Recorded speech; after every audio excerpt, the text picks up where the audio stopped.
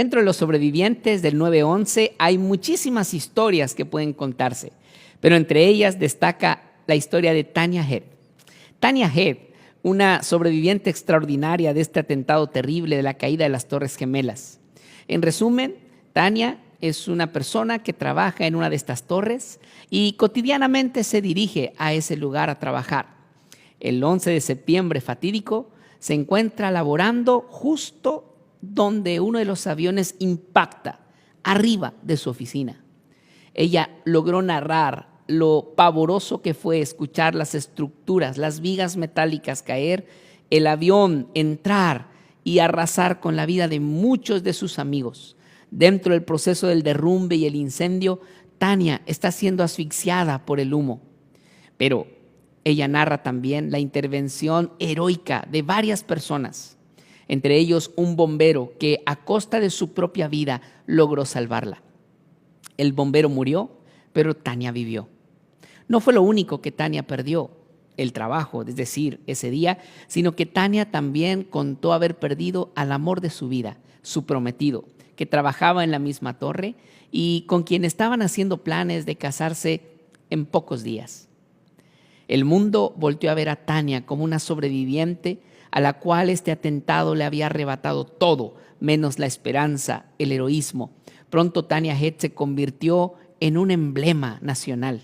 Viajó por diferentes lugares para hablar de su experiencia y hacer sentir el valor y todo el esfuerzo que los rescatistas hicieron durante esos días. La prensa estaba ansiosa de entrevistarla. Intentaron buscarla y periódicos muy importantes trataban de hacer cita con ella en vano.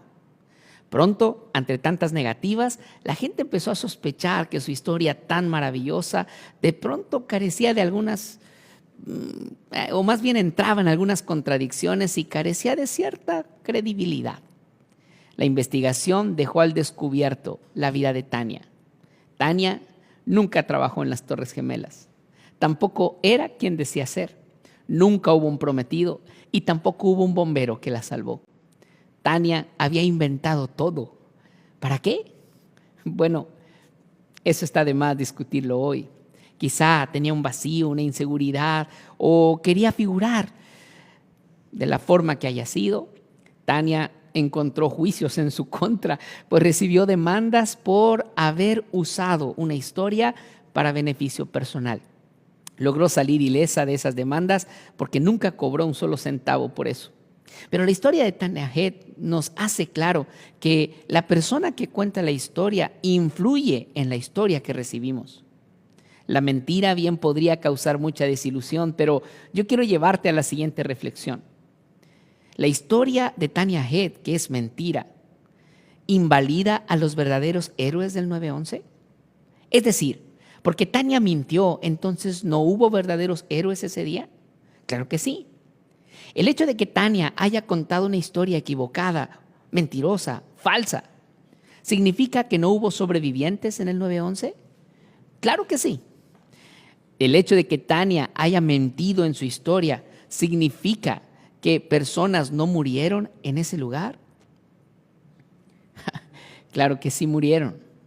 Lo que quiero decir, amigo, y del punto del cual quiero partir, es que la historia mal contada de algo no invalida la verdad, la verdadera historia. Cuando hablamos de Dios, encontramos un paradigma muy parecido. Hay muchas corrientes filosóficas, interpretaciones teológicas e historias mal contadas acerca de Dios. ¿Qué historias sobre Dios te han contado? Hoy quiero destacar una de las historias más comunes que se han contado sobre Dios y que constituyen una barrera casi impenetrable para mucha gente. Las detiene para acercarse a Jesús.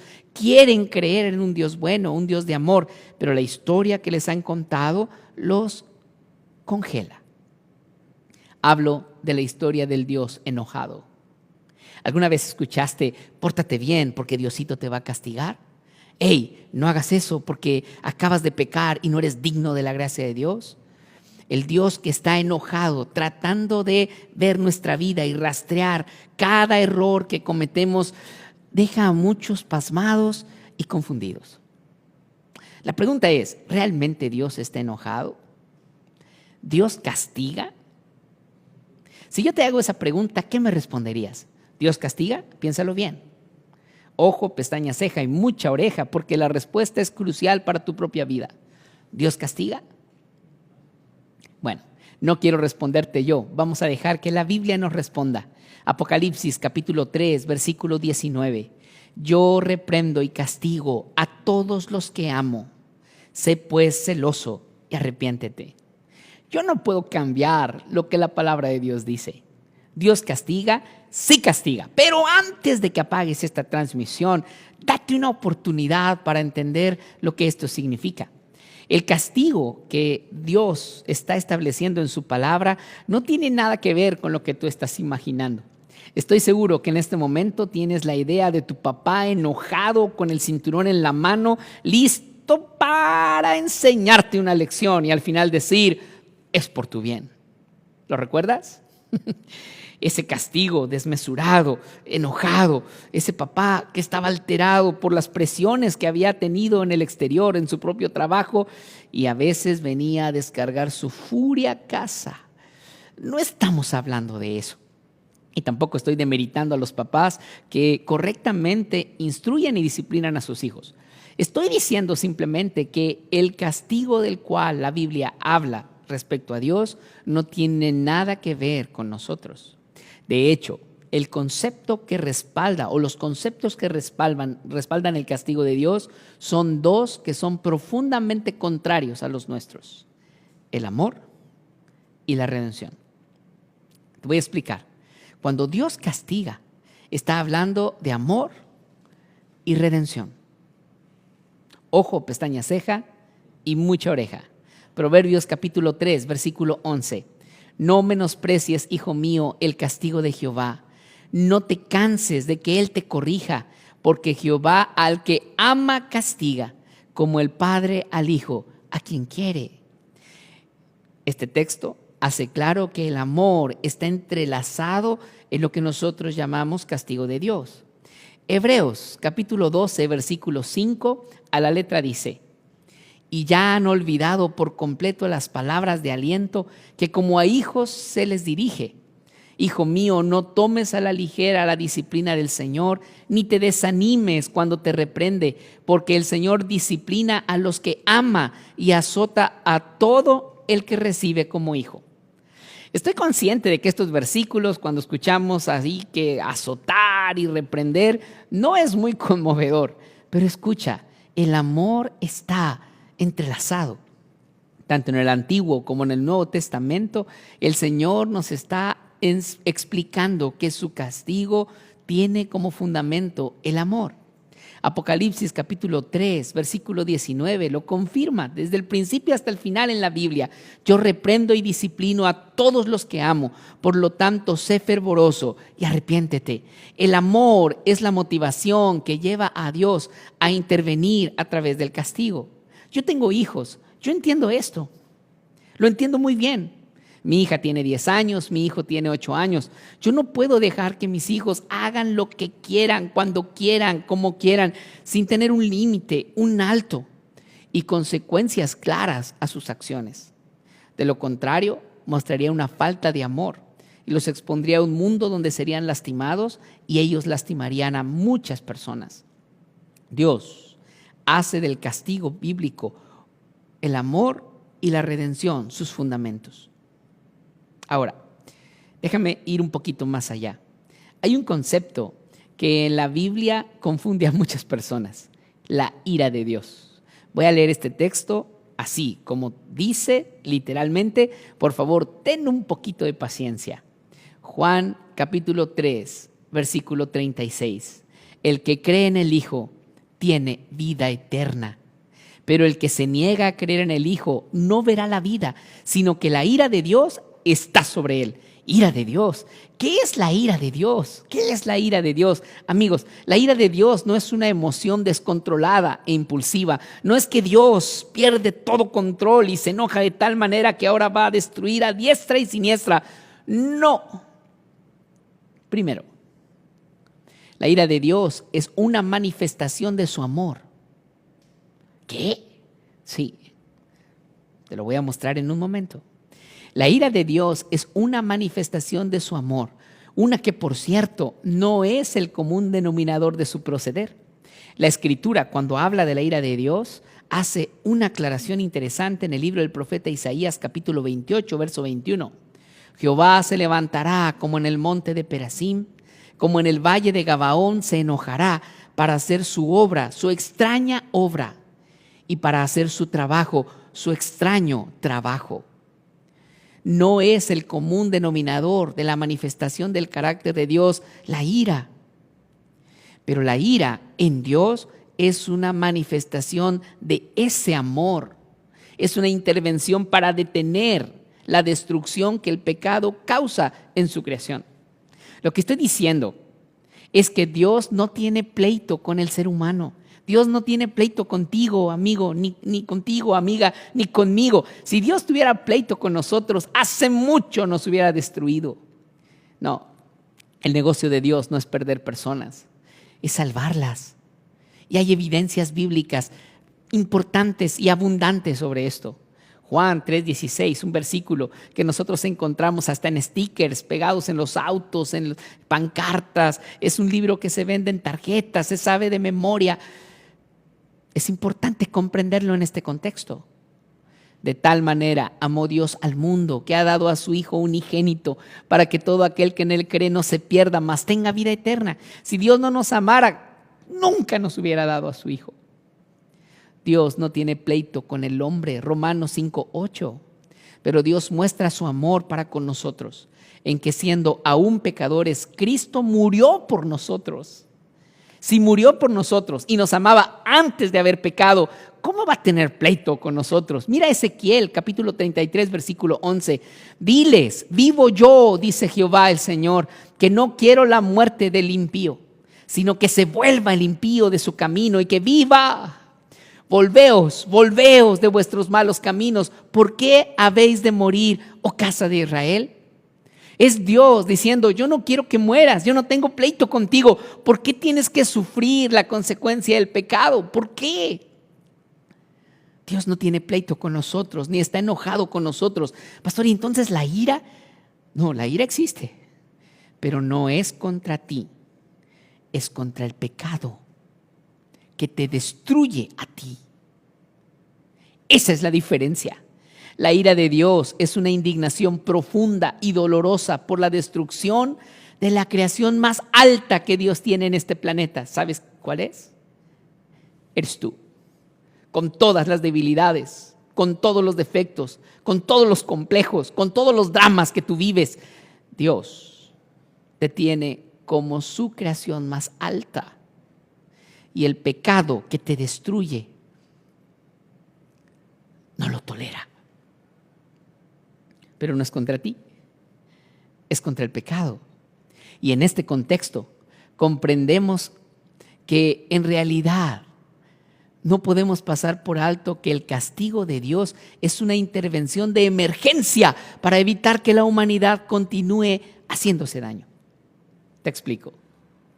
Hace un tiempo atrás empezamos a batallar con mi hijo acerca de sus amígdalas y sus adenoides, lo que nosotros normalmente podemos tomar como una condición de salud ligera.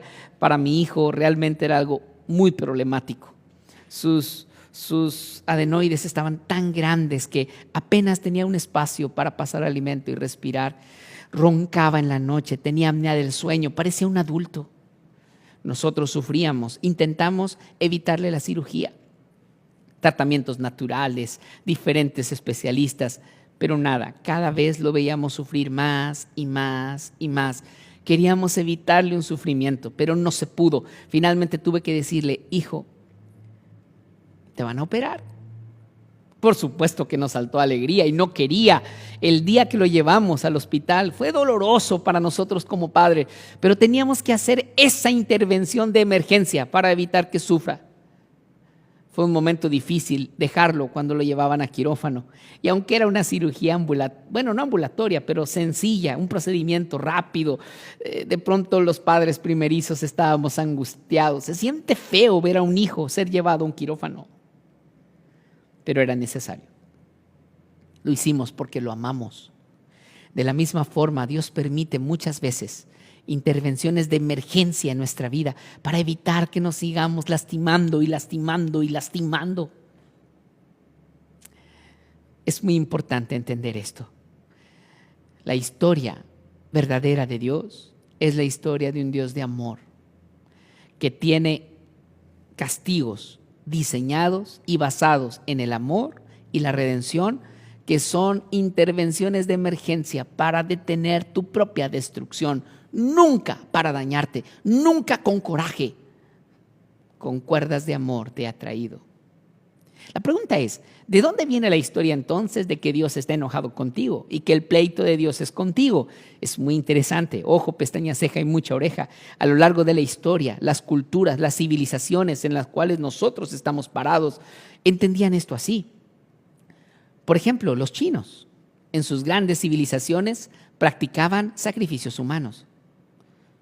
Los celtas también practicaban sacrificios humanos. Los cartagineses en la sección del norte de África, la gente de Australia y las islas en Hawái practicaban sacrificios humanos. Los aztecas, más cercanos a nosotros, practicaban sacrificios humanos, y en Sudamérica los incas de la misma manera. A pesar de que las culturas estaban tan distantes una de otra, todas practicaban sacrificios humanos. ¿Para qué?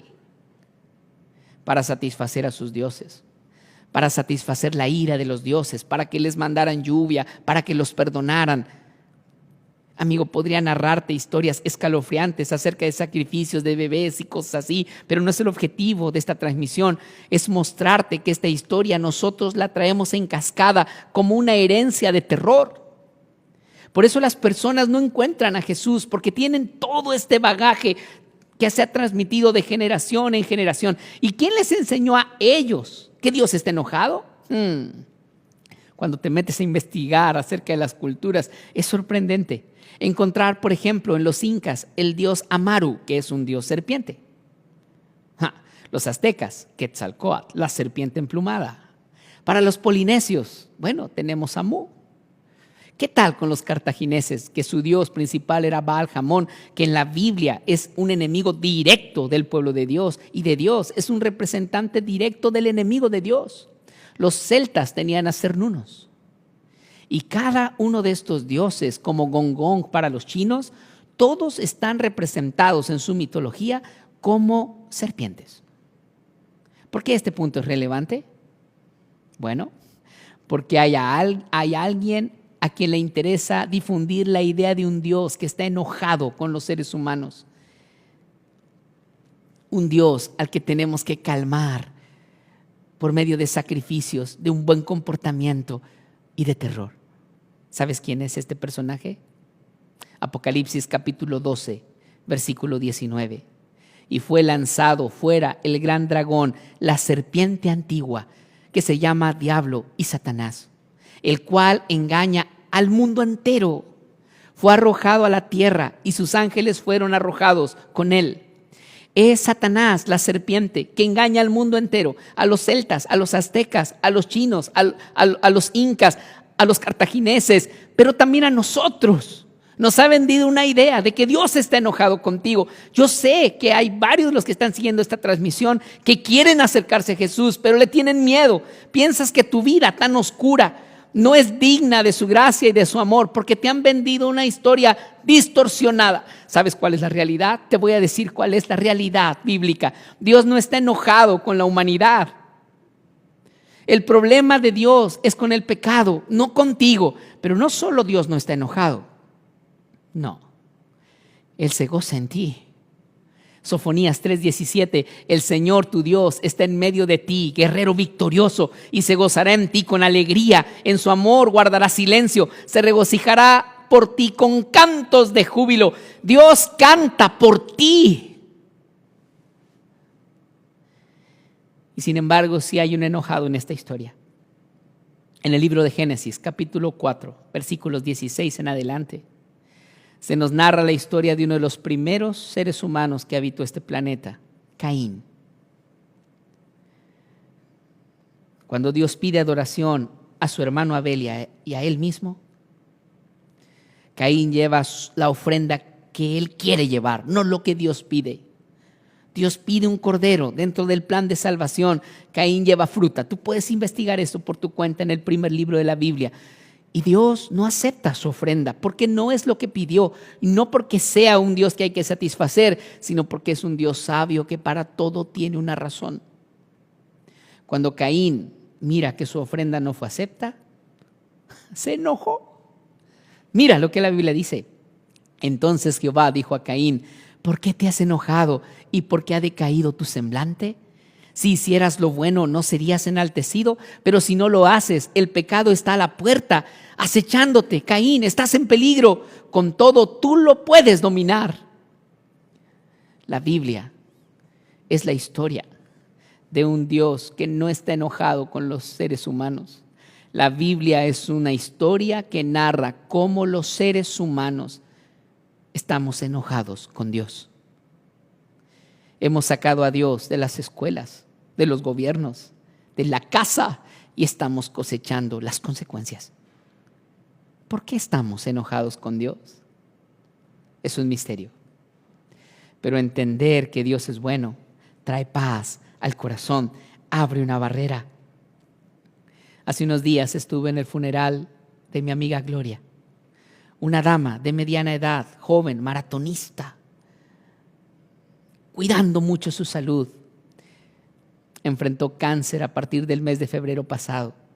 Ningún tratamiento la pudo aliviar. Y hace unos días, participando en el momento del funeral e incluso teniendo el privilegio de estar en el mismo momento de su muerte, pude contemplar a su esposo, el doctor Pedro Gómez, a sus hijos, reunidos alrededor de la cama. Y en lugar de maldecir y de hablarle a ese Dios enojado, lo alabaron, le agradecieron. ¿Sabes por qué? Palabras textuales de mi amigo el doctor Pedro: yo no necesito milagros para saber que Dios me ama y existe. Mi esposa ya fue salvada porque aceptó a Jesús. Ella vivirá para siempre. Ella resucitará. Ella será salva. Tenemos paz, pastor. Y la misma Gloria me lo dijo de frente: estoy triste, pastor, pero tengo paz. Le encantaba que cantáramos con la guitarra. Ella descansa, pero se fue a descansar con la idea de un Dios que la ama y la amaba y la seguirá amando a pesar de todo y contra todo. Dios es bueno. Dios te ama. Hay una historia distorsionada que se ha convertido en una barrera, porque Satanás sabe que si tú piensas que Dios está enojado contigo, huirás de Él. Pero escúchame, amigo, Él es el único que te puede ayudar. No está enojado contigo. Está enojado y airado divinamente con el pecado que te destruye. Por eso quiere librarte de él, sanarte, hacer una cirugía especial para que vivas. ¿Estás dispuesto? Si estás dispuesto a que esa barrera caiga hoy, si estás dispuesto a aceptar el amor que Dios ha prometido para ti, ponte en pie en este momento, donde estés, y avanza al frente para aceptar su amor. Y de forma especial, a todos los que no han tomado su decisión de bautismo, te invito en el nombre de Jesús, quien es suficiente, a que aceptes morir y nacer de nuevo, para que su amor sea reflejado en ti. ¿Estás listo? Este es el momento y esta es la oportunidad. Oramos juntos. Querido Padre, por favor, permite que la historia del Dios enojado sea desterrada para siempre de nuestra vida. Que entendiendo cuánto nos ama Dios, cuánto nos amó al enviar a Jesús, por gratitud nuestra vida sea transformada. Señor, permítenos mirar el cuadro correcto, mirar tu amor, tu gracia. Y de esa manera saber que Jesús es suficiente. En el nombre de Jesús oramos. Amén. Que el Señor cambie tu vida y sea suficiente